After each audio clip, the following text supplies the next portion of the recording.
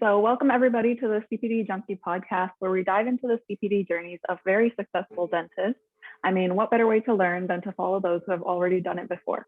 So if you're looking for anything CPD related, make sure to check out www.cpdjunkie.com.au. Everything's in one place and it's totally free. So make sure to head on over now. So I'm your host, Ibadat, and I'm joined by the wonderful Jen. And we're going to be speaking with the extremely talented Dr. Anastasia Bakopoulou. So she's originally from Venezuela and moved to Australia to pursue further tertiary education. She completed a Master of Philosophy and Doctor of Clinical Dentistry and Orthodontics at the University of Sydney. So since her early days as an orthodontic registrar, she discovered a passion for teaching and enjoys contributing to dentistry. In 2017, she completed her Australian dental clinical examinations and worked in the public sector until 2019, when she moved into private practice. She currently works in Chatswood Orthodontics and St. Ives Orthodontics. So as you can see, she's got a broad range of experience and insight into this career. So let's find out how she's gotten where she is today. Thank you so much for joining us, Doctor. Thank you for having me. This is very exciting. I have to admit, it's my first podcast, so I hope I fulfill your expectations, guys. Well, you have the scrubs on and everything, so we really appreciate you joining us from work and dedicating your Tuesday night to us. Thank you. Dr. Anastasia, you're originally born and raised in Venezuela and completed your university at Santa Maria University. So how was that, and how did that differ from your teachings in Australia? Actually, having the opportunity to study my dental degree overseas and then coming here and being able to do the ADC exams gave me the opportunity to basically get the best of both worlds. They're two different, also the fact that I was able to teach the dental school at Sydney Uni gave me another vision of the education here, and all together combined, of course, allows me to give better care to my patients these days. The main difference, I would say, from my program overseas was that, of course, coming from a third world country, the lifestyle and the environment, the life itself is very different, and where you're exposed with patients and your treatment, the communication, everything is completely different from what you would experience in a first world country like here. So that social aspect of things, I guess, develops a lot of the social skills that you need as a vulnerable practitioner to be able to provide that trust to your patients and to make them feel like you understand them and that you actually are the right person to help them. So I think Venezuela gave me a lot of that. It also, the fact that I come from a 5-year program, okay, gave me a lot more exposure of what a shorter program would give me. And then, however, coming here, there was a lot more research, a lot more technology, a lot more, of course, I did come a few years later because I did orthodontics in between. So about 10 years later, everything was updated. And it gave me the opportunity to have a complete different experience in terms of education. I actually felt I was doing dentistry all over again in a more sophisticated environment, I would say. We also start getting exposed to patients from year 1 in Venezuela. So all the way from year 1 to year 5, which again, it helps you develop a lot of your clinical skills. And I only met my first mannequin when I was training for my ADC exams. We do not touch mannequins. It's just patients under close supervision, of course, but I think it was a beautiful experience, both aspects of there and here. And I feel very lucky to be able to have a way to compare both and basically get the best of both worlds. Yeah, it's amazing that you have experience in both the countries, and I'm sure that helps you as when you're practicing as an orthodontist. So could you tell us a little bit more about that as well? Like, was ortho something you were always interested in, or did that kind of like arise later? So I was an odd child, okay? I was always attracted by people from a very young age, by people who went to universities in the US for some reason, and I knew there were big universities. It's probably going back to the fact that I come from a third world country, and everything is more basic. And I knew that I wanted to study one day in a big university and have the opportunity to have access to something superior. I would say education where I come from is very, very good. However, the infrastructure and the technology is probably lacking, and it's behind a few years compared to the US, Europe, or even Australia. So having that in mind, I always knew that eventually I would study overseas, because I also wanted to study in English. And I had my orthodontist was my inspiration to study orthodontics. And I told her, just tell me which university I have to go to do orthodontics. And she said, no, it's not that easy. You actually need to become a dentist first.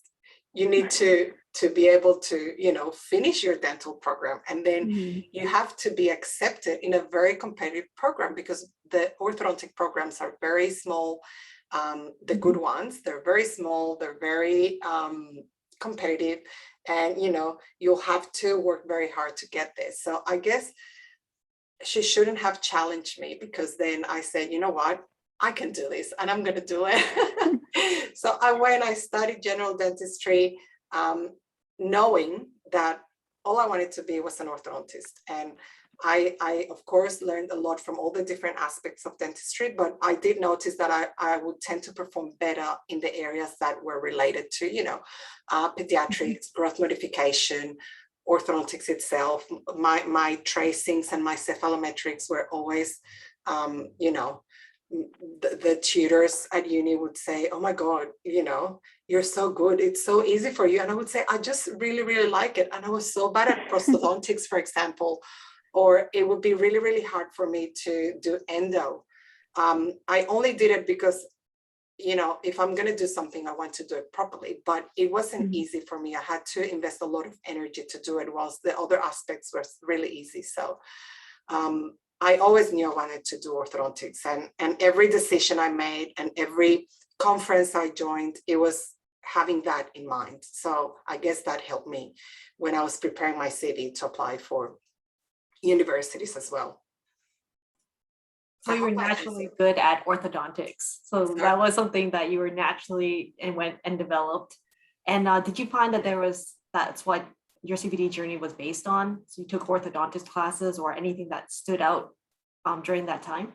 Yeah, so basically I was focused on attending, since I was a dental student, I was attending mainly orthodontic conferences. Anything related to orthodontics, I would enroll to. I would take time from my breaks, university breaks, to be the typical annoying dental student who wants to shadow orthodontists from year one. I also shadowed, I actually went and shadowed prosthodontists, pediatric dentists, always shadowing specialists, because I knew I wanted to specialize eventually after finishing dental school. And I wanted to make sure I was making the right choice. And it always ended up pointing towards things related to the field eventually. And I would say I have a passion, and I'm very lucky to know what I like from the very beginning, because then that allowed me to invest all my energies in the right place and then make it happen as quick as possible. So when you ask about my CPD journey, I guess conferences, research, I was involved in research since I was a dental student. And after I graduated, I also enrolled in university programs, which were 2-year programs that were focused on growth modification, growth and development and growth modification.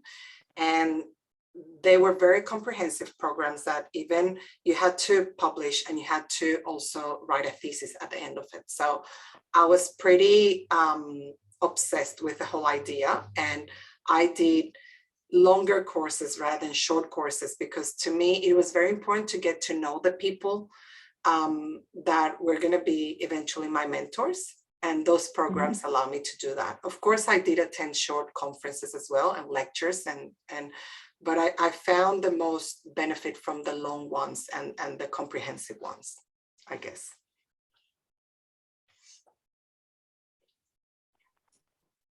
So you said that you shadowed a bunch of different specialists. Did you find that there's any other CBD classes that you took just because you found that even shadowing wasn't enough? Yeah, so after becoming an orthodontist, so I was already an orthodontist. I could only work in public, and so for that reason, I was very fortunate to be offered a job as a lecturer at the University of Sydney, where I was lecturing Sydney Uni, BOH, and also Newcastle. But then I could only do that 2 days a week.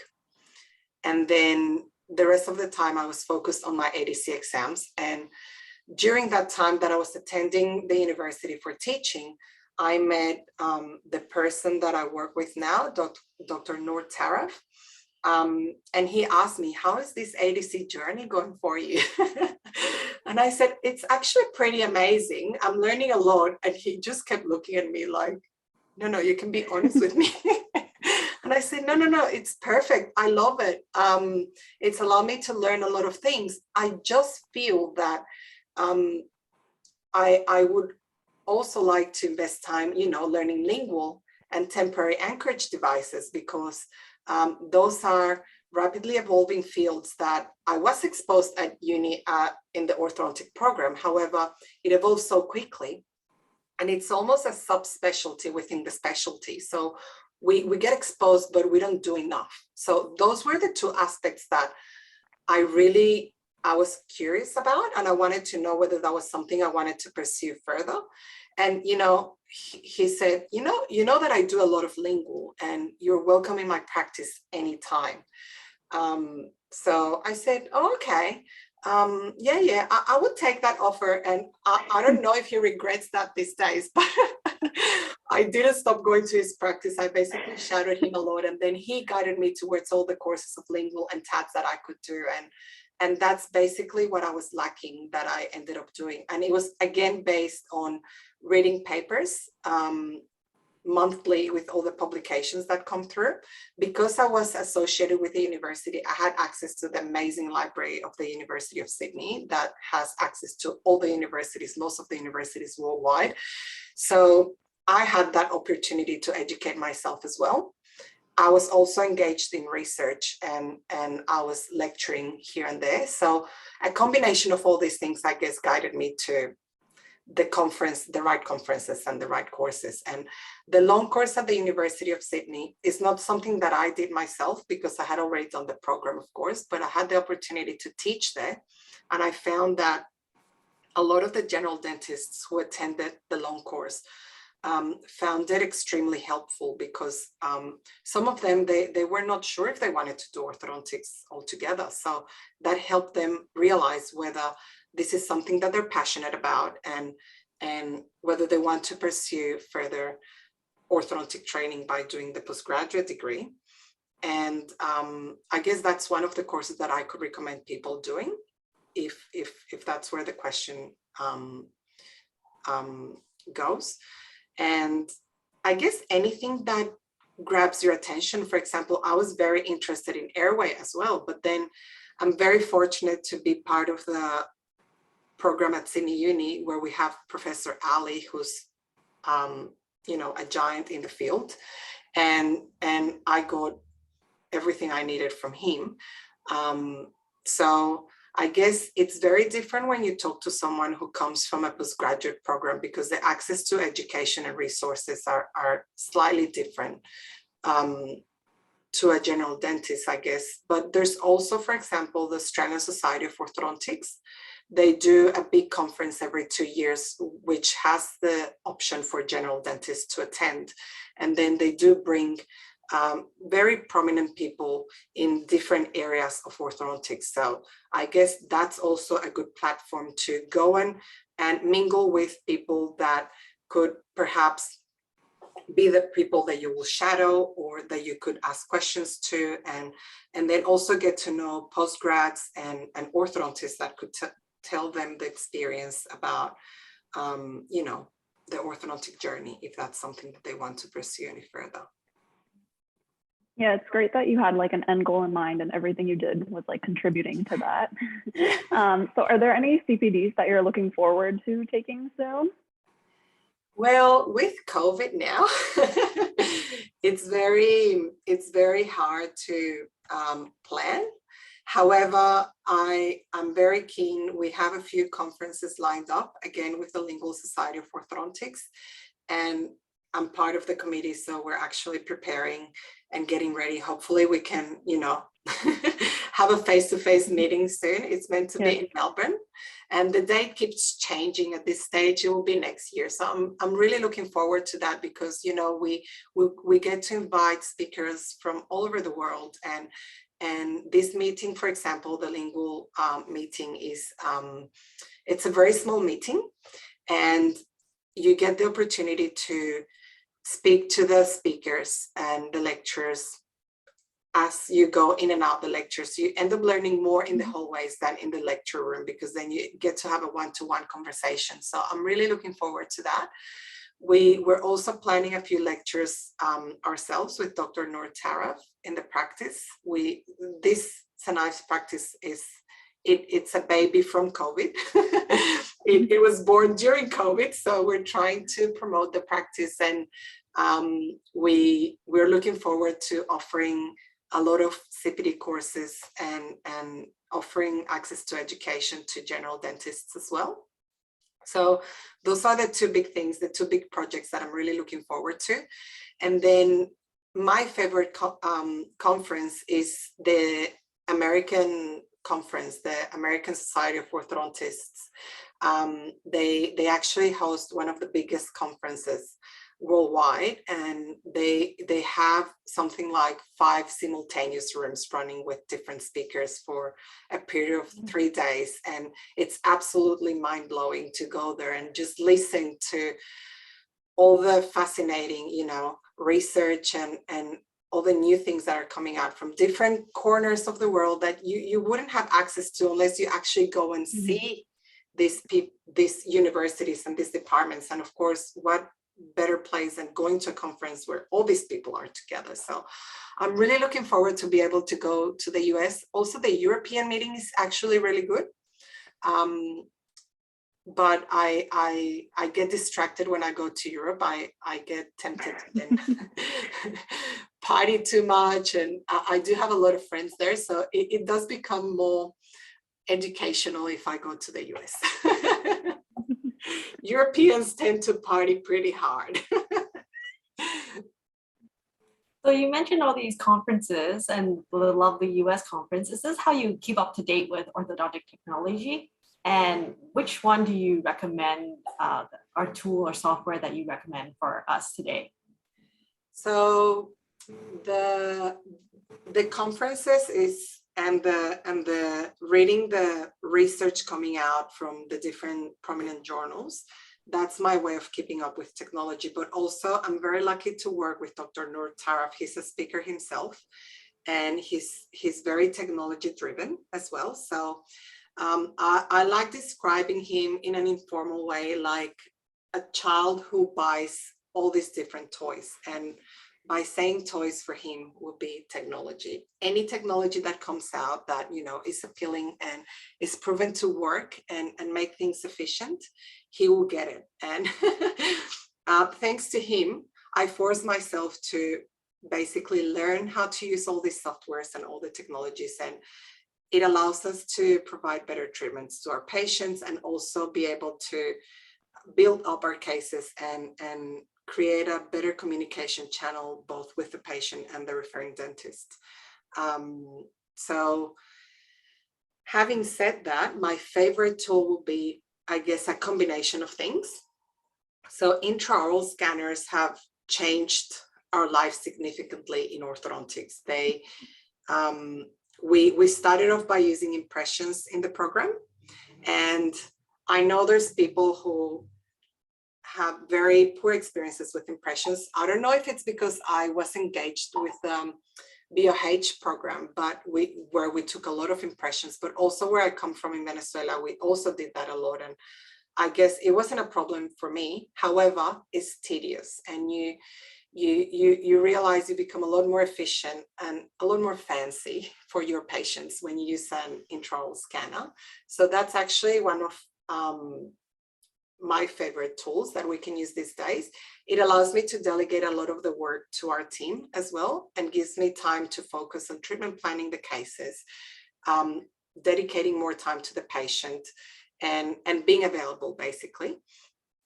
That combined with the CBCT machines for x-rays, it's also something that has changed significantly the way that we treatment plan cases, and our diagnosis is, I would say, superior than just judging by a cephalometric, a ceph x-ray and an OPG, because you can see a lot more things in a 3D x-ray and from a lot more different angles. And then this same x-ray will allow me to plan then all the other things that we offer to our patients, which is the lingual braces, everything set up digitally, the aligners, the wires we also set up digitally, and we send them, this will be my third favorite tool, which is a software that integrates everything. It integrates, using the intraoral scanner and the CBCTs, you can integrate all of these things together. You build your 3D model of the teeth, you can overlay that in the skull,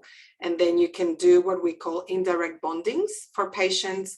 You can, we can make our own aligners, in-house aligners, or we can also use any of the commercial brands for aligners.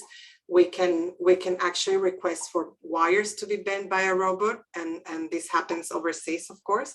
We can also send these 3D models to a lab that we use in Switzerland, a lab that we use in Melbourne, and another lab that we use here in Sydney to create our metal printed appliances as well, which are the expanders and the sliders to close or open spaces. So I guess I cannot commit to one tool because it's a combination of all of them. And in our case will be intraoral scanner, CBCT machine, and the software that allow us to put everything together. It's amazing that you have access to all these resources at this practice. I'm actually very lucky to work with Dr. Noor. I don't think he's got, I hope he doesn't get upset at me for saying this. He has no limits with money in terms of investing in technology. He will just, you know, invest as much as he can. And you know, it's actually quite fascinating. And I feel very privileged to be able to be part of his team, because then I have access to all of these things and I can offer what I offer to my patients. Yeah, I'm sure it helps the patient experience so much. Yeah.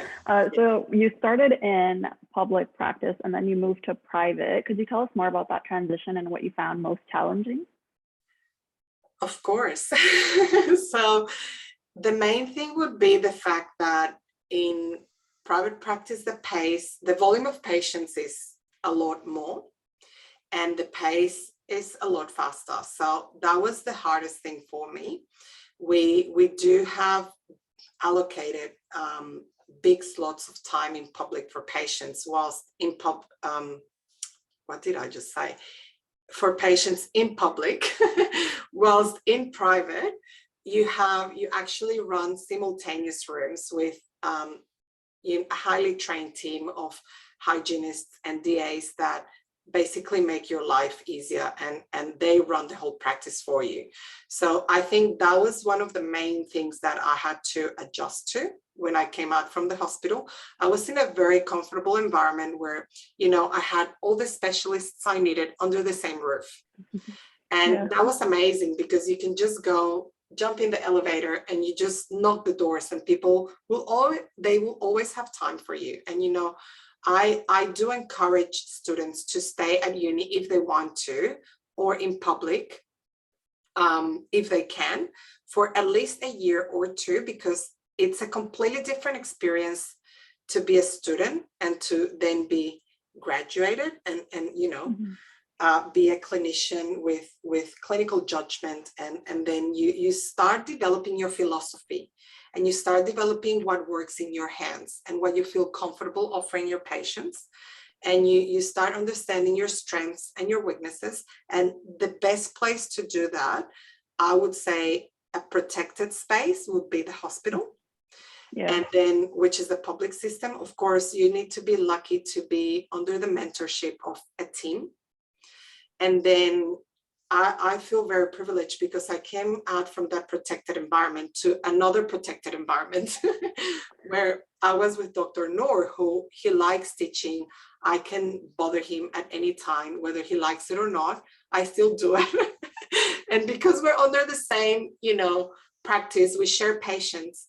I have that mentorship and that channel of communication happening both ways. And so that was one of the things that I think could be hard for people transitioning. The other thing would be that in the hospital, there's still paper-based notes taking and communications, and there's a lot of paperwork that still happens with physical paper. In private practice, everything, at least the practice where I'm at, everything's digital. So I had to come into practice. It was a huge shock for me because I'm not very technology. I'm technology driven, but it doesn't come easy to me. I like it and I love learning and I love having a challenge every day. However, I need to invest time, energy, effort, you know, my brain has to be fully engaged there to learn how to do things. And that was really hard for me to come out of public and then come here where I had to learn at least 9 different softwares. And for lingual braces, Dr. Noor exposed me to, what was it, 5 different types of lingual systems. And I was like, oh my God, yes, this is so exciting. I'm going to learn so much. But at some point you start getting, you know, the pressure and you need to learn things. If I'm going to do something, I want to do it properly. So it was really hard to spend time, you know, at work, long days, very long days. That's another thing in the transition from public to private. Public, you know, beautiful, you arrive there 8 or 9 a.m. you have morning tea, you know, you have your lunch time, you have then you finish at 4:30 and you're out the door by 5, and you have, you know, people, you have almost 10% of the patients that you see in private daily. In private, we start at 7:30, we finish at 5 with patients. So then you stay back if you have to. And that was my case. I had to learn a lot of things and weekends. And then my husband was like, what are you doing? I thought that you were in private practice, and we were past the stage of, you know, having to study and invest so much time in things. So to me, that was really hard. But it was worth it. Again, I think when you have a goal and you can visualize the end point, you make it happen.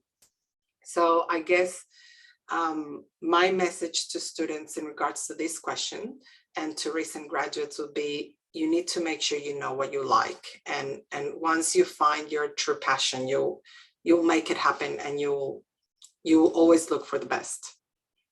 Yeah, and it's great that you had such a supportive husband to help you throughout this journey. Actually, he wants recognition, so this is the best opportunity to say it. He wanted me to make sure that I tell everyone listening to this podcast that he's very supportive and that he's amazing, and that thanks to him, I was able to achieve most of the things that I've achieved, and I've been able to invest so much time. And you know what? I really feel I'm very lucky in that aspect as well, because he did support me while I was a student. I don't think many people can have a functional relationship during a postgraduate program, at least the orthodontic program, specifically at Sydney Uni. Lifestyle is very active. Requirements are very high. and hours are very long. We study while we're there, while we're asleep, and during the weekends. So for him to have stayed there by my side during those 3 years, I also did research before doing ortho. So I did an MPhil before doing ortho, and then I did ortho. And you have to think during that time, I was having zero income, okay? At some stage, as a resident, orthodontic resident, we were earning money, but then all of that was invested into my ADC, and it wasn't even enough for my ADC. So I had to even use his money to, you know, invest for ADC and for all the other courses and conferences that I had to attend in order to be able to achieve what I wanted to achieve. So yes, number one husband. And actually he's at home now looking after my 10-month-old baby. So brownie points for parenting and for husband, you know, he's actually really good. Oh, that's great. That's unique. Well, now look at you. You've done it. You've done the ADC, and now he can sit there and be proud that you have a little small family and you're successful, and all that hard work wasn't for nothing. Yeah, I'm pretty sure that he feels that the orthodontic degree belongs to him as well, and the ADC belongs to him as well. And then he goes around telling everyone that I'm an orthodontist, and I'm like, oh my God, stop it. Like, he's actually more excited than I am the whole time. So yeah, we've been through this together, and it was all worth it. Yeah. You do need a team to go through this journey, and you need a good support system. It's not easy, at least not for international students. It's if you're passionate, you'll make it happen, and it will be the most amazing experience, but it comes with a lot of sacrifice. Yeah. So Dr. Anastasia, is that something that you want, that I guess you wish that you knew back then, and you would recommend to dentists getting into orthodontics, or do you have another message that you would like to give us? I would like to encourage anyone who is not sure and has the slightest interest.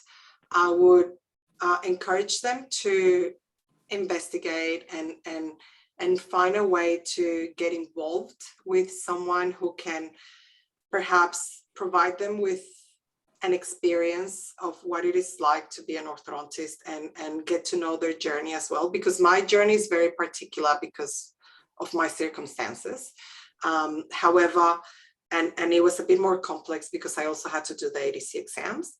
However, if someone is not sure, I think they should look into it. It's a very rewarding profession. If you like both adults and children, you can choose whether you treat one group or the other, or both. It gives you a lot of flexibility. There's a lot of work out there.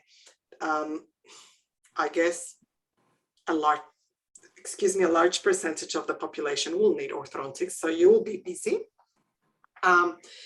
And if you do decide to do it, I would encourage them to, yes, start by doing CPD courses or the long course at Sydney University, or, you know, the equivalent in any other state in the country or state where they live. But then eventually I would highly recommend them to do the ortho postgraduate residency, because it is worth it. It does come with a lot of benefits that it will be very difficult to get in a CPD course. And then that will give you the security that you need to be able to provide the best treatment to your patients, the confidence, and also it will help you build your reputation and I guess your professional aspect of things in a way where it will just make your life easier. You'll be surrounded by the people who will give you the tools that you need, and they will guide you, I guess, rather than you learning from your own mistakes. So the difference between doing ortho as an orthodontist and a general dentist, it's not very big. I know a lot of general dentists who are very successful doing orthodontics and that I actually admire, and they're older than me, and we work with them as well, and we share patients. However, an orthodontist, when we also make mistakes, okay, as an orthodontist, and things can go wrong. However, we know how to pick up the mistake pretty early and how to recover pretty quickly from it. So I guess that gives us the peace of mind of trying things and being able to offer certain things to our patients with the confidence that it will be okay. You will be able to deal with it if something doesn't go, the way you expect.